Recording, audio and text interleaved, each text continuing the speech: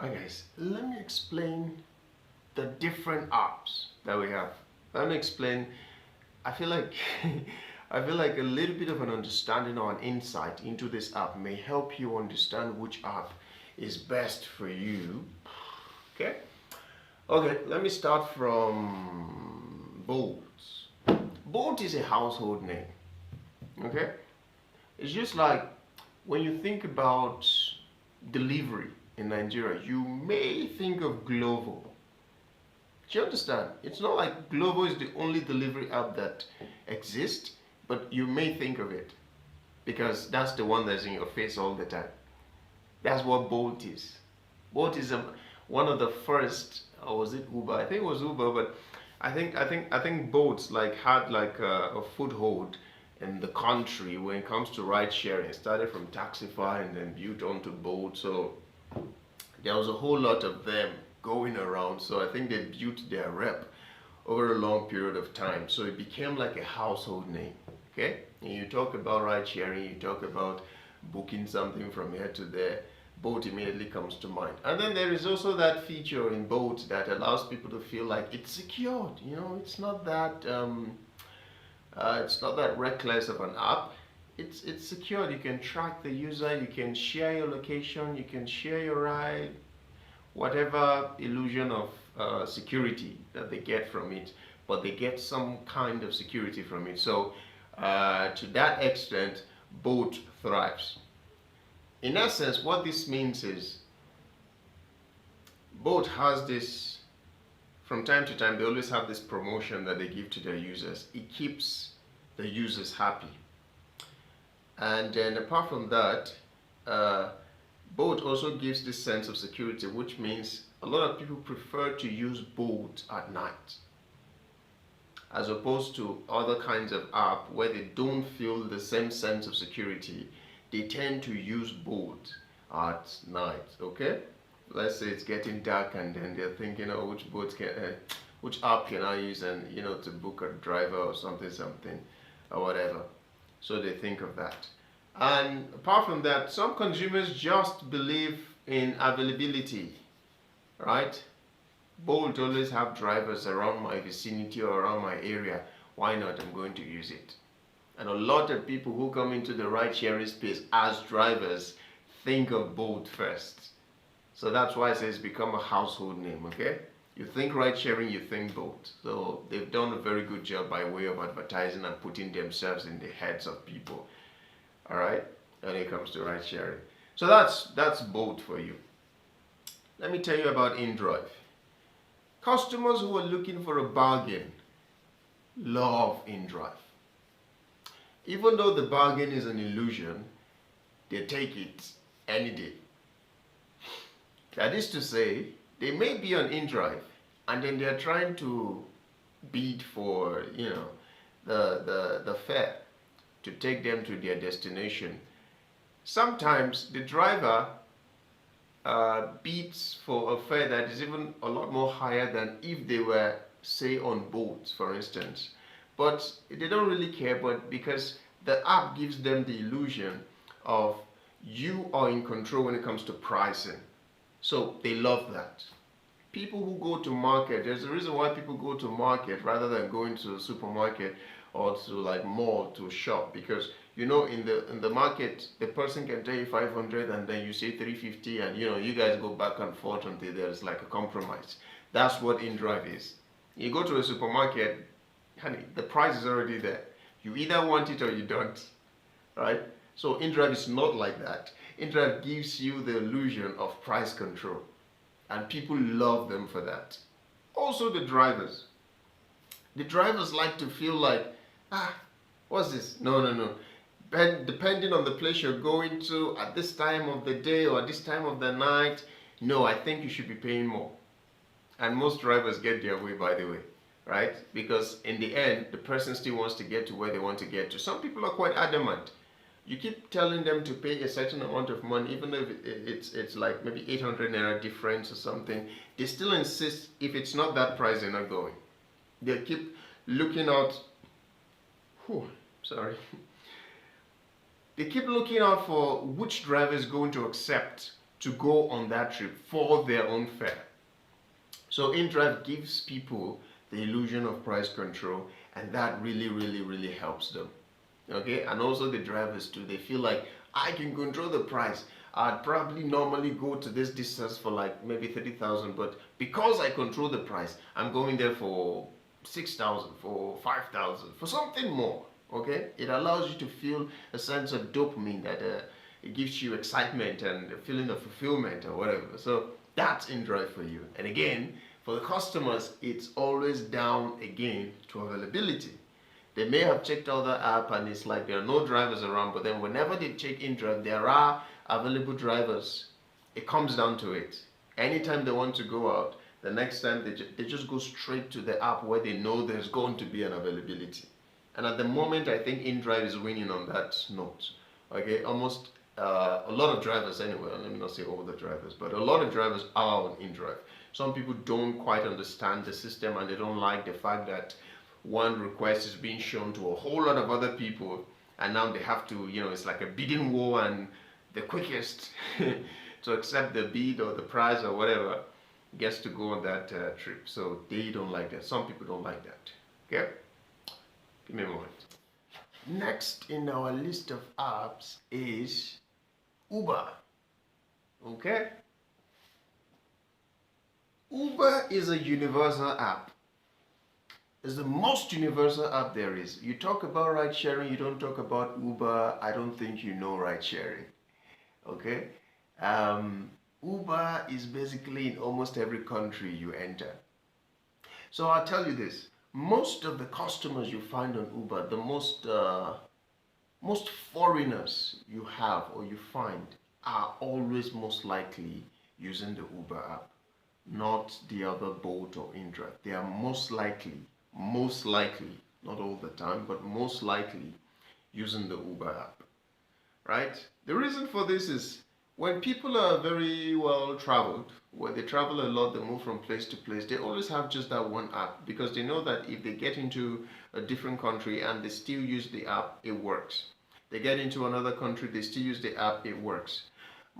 Some of the customers rather that you get on Uber, they don't they usually have like a foreign number on there. That's to tell you that that's the same app that they use whenever they're out of the country or out of station, right? And apart from that, customers have come to build up this should I say illusion? Well, it's not really an illusion. It's kind of an illusion because customers have come to believe that the Uber drivers are more polished, more put together, more well-behaved, more disciplined than the other drivers on the other platforms, while they just don't want to believe that it's the same drivers on Uber that are also on the other platforms. Okay, something about the app though, I must say, something about the Uber app is calming. Like, it calms you as a driver. I don't know what that is about.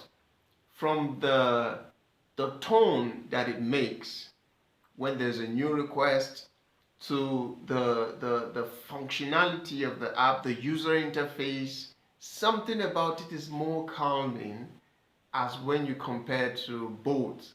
Bolt has this annoying, it's like, could you just fucking calm down? You could just make like a soft sound. I know I'm the only one that needs to hear you. The whole city or the whole world doesn't need to hear that you're ringing. You don't have to be so loud and so, I think they've come up with some other options of sound, but I still think it's nothing close to the kind of calm and what's it called, tranquility that Uber may give to you. I think something about the app, I can't really pinpoint what it is, but the app just has a calming effect to it. All right, and it also feels like the people who book Uber, that's for the drivers now I'm speaking, the people who book Uber are considered more polished. They are not toutish, they are not arrogant, they are more calm. They just want to get from point A to point B. Not too much talk, not too much stress. That is not always true, but that's the assumption. Okay, that's the assumption. So another thing with the Uber app, okay, I think I already mentioned this. Some of the customers on there believe that the app has a better functionality. It's for the high class, high tier kinds of people who are also into ride sharing. So they go on the Uber app. Well, little do they know actually that when you talk about pricing, I think Bolt is winning the war, right? As far as you're looking for an app that pays you the best, I'd recommend Bolt any day. Bolt will pay you better. There used to be a time when Uber was up there, but I think Uber is trying to, get into like a price war with Bolt. Right? So it's all a question of poaching customers from left to right. Anybody who gets the most customer wins the market. Okay? So that's Uber for you, right? Again, it depends on availability. Because if you are, let's say if you reside in Gwagwalada, Zuba, Dede, Buhari, Kuje, some kind of suburb areas in and around Abuja, you may not find customers if you're using Uber in those areas. You may not. You are most likely to get a boat driver or an in-drive driver in those areas than you are to get an Uber customer. Sorry, I'm talking about customer now. So if you're a driver and you have an Uber app, those areas are probably not the best if you're looking for customers. I would very much highly recommend you have on the side, you also have boat and then in-drive, just, to boost your chances. And the last app or company is Rider. I don't have very much to say about Rider because I haven't used Rider in a very long time. And the time that I actually did use Rider, I noticed that most of the customers, like if 10 people booked me in that day, 9 of them were all Northerners. So it gave me an idea. I think Rider is an app that is based in the north. I think. Okay, most of them felt like they always had the app, they always used the app, but then they were all Northerners. That just implied that they came into Abuja and they still use Rider. Don't get me wrong, there are other people, non-Northerners, who use Rider app, but I just got this impression that the Rider app is really a Northern app, if that makes any sense. So there isn't quite much I can say about that. Like I said, I haven't used it in a long time. I believe it's still very much viable to those who are still using it. So you could give it a try, right? You'd be surprised. Even in your locality, you'd be surprised. At one time I was in Buhari, I was looking to book a ride, and then I booked on Uber, is it? Anyway, I booked on a different platform, and the person accepted and then started to negotiate with me on the price. I think the place I was going to cost around 5,000 or 6,000, something of that rate. The person told me to pay 13,000, and I'm like, why? Why did you even accept it if we're going to do all this? If it's not good for you, just let it go. Maybe my continuous request would make a surge appear on that place, and then you can then accept it perhaps. Then he wanted me to cancel it, and he was like, I should cancel. I was like, no, you can cancel. You don't need this right, so cancel and then wait for other rights and all that. So anyway, I didn't go with him anymore. I now went on, I downloaded Rider at that spot, and then I booked a Rider, and I was surprised that there were actually drivers on Rider.